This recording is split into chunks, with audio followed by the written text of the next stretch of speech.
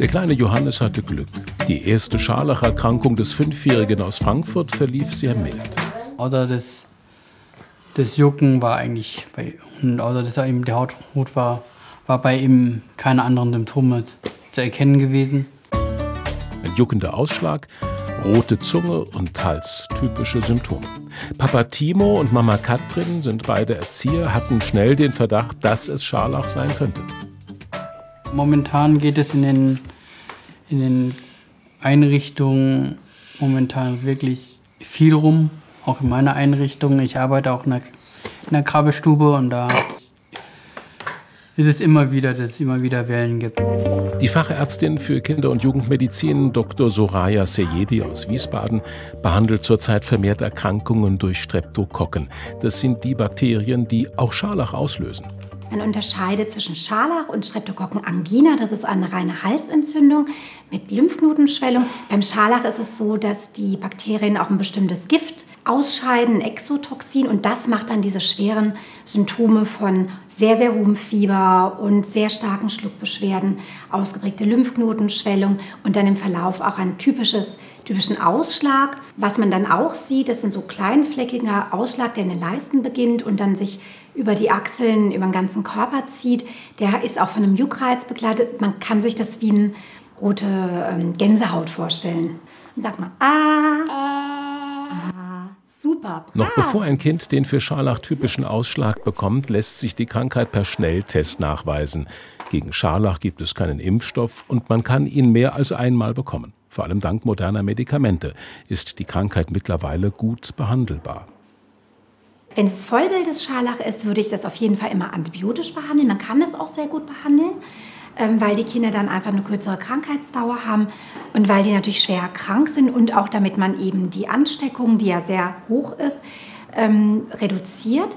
Wenn es nur eine Streptokokken-Halsentzündung ist und man kaum Symptome hat, darf man das sogar auch mal aussitzen. Man muss es nicht immer behandeln. Auch die Tochter von Theresa Carey ist an Scharlach erkrankt. Die Wiesbadenerin arbeitet in einer Apotheke und weiß, dass die verlässlichen Medikamente gerade knapp sind. Antibiotikum allgemein sind aktuell knapp. Das Penicillin selbst, ja, in der Kindervariante vor allem, also als Saftform, ist es phasenweise. Wir haben mal Glück, wir bekommen eine Lieferung.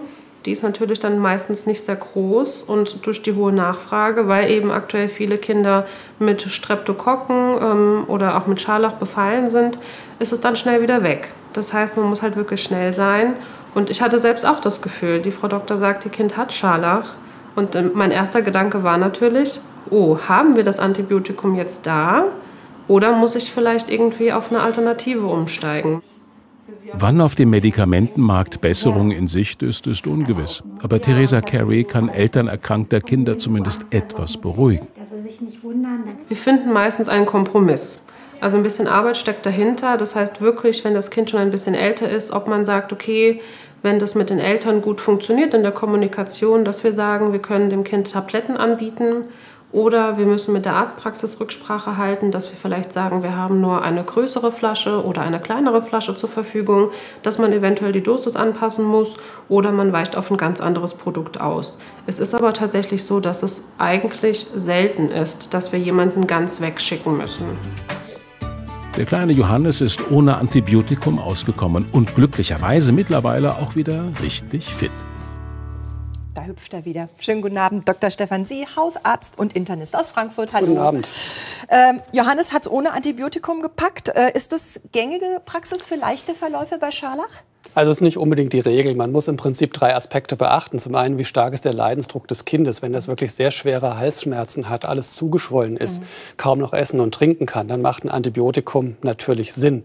Zweitens ist es so, behandelt man nicht antibiotisch, sind die Kinder 2 bis 3 Wochen infektiös und ansteckend und dürfen in dieser Zeit dann eben auch nicht in die Gemeinschaftseinrichtung, in die Kita oder in die Schule gehen.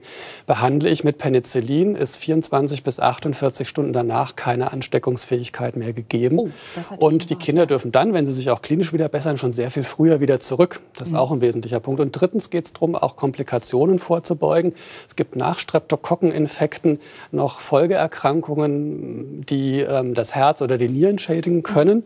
Bei uns in Mitteleuropa außerordentlich selten geworden, aber auch das muss man alles berücksichtigen. Deswegen bei sehr leichtem Verlauf, vielleicht geht das ohne Antibiotikum, aber das ist nicht die Routine. Okay, und wenn das Kind jetzt zum Beispiel noch Ausschlag hat nach 48 Stunden, wenn es Penicillin nimmt, darf es trotzdem wieder in die Einrichtung oder ist es dann noch ansteckend oder Halsschmerzen? Wenn es körperlich sonst fit ist und man sagt, du kannst auch wieder gehen, trotz Ausschlag, ist es dann möglich. Okay. Die Bakterien sind so geschwächt, wenn man wirklich das Antibiotikum eingenommen hat, dass die für andere nicht mehr ansteckend sind.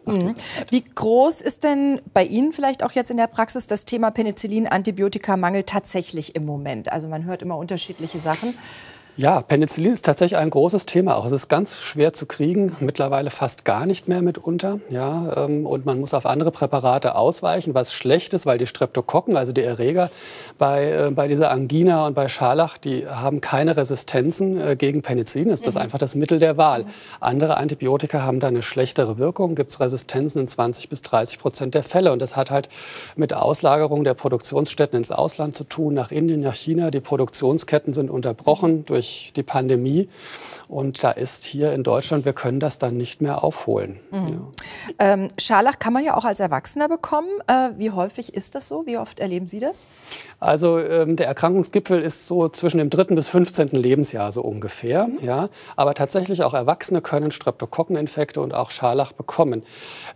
Scharlach bekommt man immer dann, wenn die Streptokokken eines dieser 3 Toxine, also dieser Giftstoffe produzieren, wie wir es gerade in dem Film gehört haben. Und ich bilde dann eine Immunität gegen das Toxin. Wenn ich die dann habe, kann ich mich halt noch mit 2 anderen Varianten anstecken. Also es gibt 3 verschiedene. Ja. Also das heißt, ich kann maximal 3-mal Scharlach kriegen. Reicht wenn ich das dann hatte, dann halt noch eine Streptokokkenangina, dann eben auf den Hals begrenzt, aber nicht mehr das komplette Bild. Und wenn man es als Erwachsener kriegt, ist es dann ein schwererer Verlauf in der Regel? Oder? Das kann man nicht sagen. Nein, ist nicht zwingend schwerer, nein. Okay.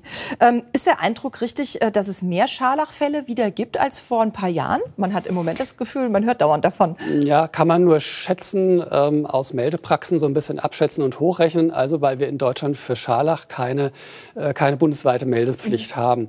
Es ist aber schon so, dass in den vergangenen Monaten die Zahlen doch sehr deutlich zugenommen haben. Es hat sicherlich 2 Gründe. Zum einen natürlich Wegfall der Pandemieschutzmaßnahmen. Die Streptokokken werden auch durch Tröpfcheninfektionen übertragen. Ja, also ähnliches Prinzip, also kann man sich leichter anstecken. Ja. Und zweitens gab es ja eine Vielzahl von viralen Infekten, RS-Virus, Influenza, die schädigen, wenn man das bekommt, durchaus die Schleimhäute, die ja eine Schutzbarriere auch gegen die Bakterien darstellen, sodass, wenn man so einen viralen Infekt hatte, häufig dann halt noch so was Bakterielles leichter hinten nachfolgen kann. Und das hat zu dieser Zunahme der Zahlen sicher geführt. Die Streptokokken selber sind nicht ansteckender geworden. Ja. Also es ist vielleicht oder hoffentlich der krönende Abschluss von so einer ganzen Saison. Wir hatten das in der Familie dann eher immer noch mal so Magen-Darm ganz zum Schluss hinten drauf. Aber das kann ja noch kommen. Wenn wir noch mal sagen, klare Erkennungszeichen und vor allen Dingen in welcher Reihenfolge. Was kommt denn zuerst?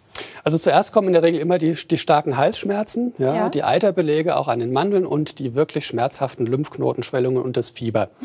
Und dann bei Scharlach, wenn dieses Toxin gebildet wird, 1 bis 2 Tage später, danach kommt dieser klassische Hautausschlag, diese kleinfleckige Hautrötung fängt in den Achseln, in den Leisten, im Körperstamm an, breitet sich langsam aus und um den Mund herum, das bleibt frei. Das dauert so ungefähr eine Woche. Danach fängt sich die Haut an zu schuppen. So ist so ungefähr die Abfolge und dann entfiebert das Kind auch. Also es geht mit Halsschmerzen meistens los und dann kann man schon mal dran denken, dass es Scharlach sein könnte. Dankeschön, Herr Dr. Sief. Vielen Dank.